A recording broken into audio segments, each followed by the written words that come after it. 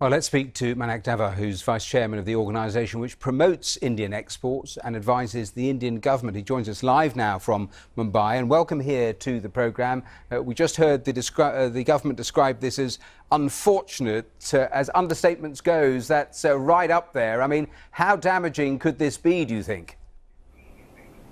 Well, I tend to agree. It's not going to be very damaging because, as we have said, the tariffs are going to affect only about 10% of the total exports, and the duties would be roughly around 300 million. So that's not a very large number, but what is more important is the sentiment behind it.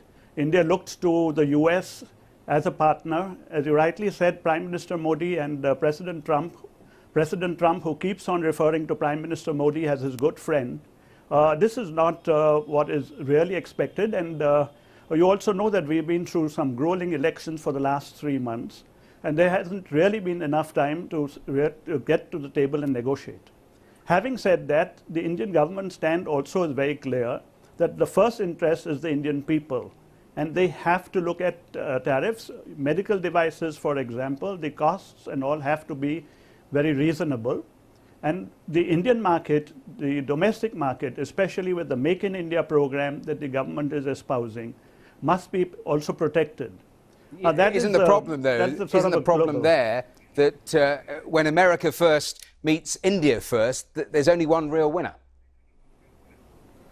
No, I don't think so. I think there can be, both can be winners in this exercise. It's not necessarily so, and I am pretty confident that the government will, and Prime Minister Modi will, Commerce Minister Piyush Goyal, who has just taken over his responsibility, and the first thing that he is grappling with is this termination of India from this GSP, from the Generalized System of Preferences. And I'm sure that there'll be some sort of resolution to this sooner than later. Briefly, though, isn't the worry, like you alluded to, the direction of travel? Because it's only recently that those waivers for oil imports from Iran, they changed, and that had an impact on the Indian economy. So it's the direction of travel that must be slightly troubling. Yes, it is, because not only that, the H-1B visa fees have been also increased by the Trump government. So yes, there is some disquiet, certainly, as far as the actions of the Trump government is concerned.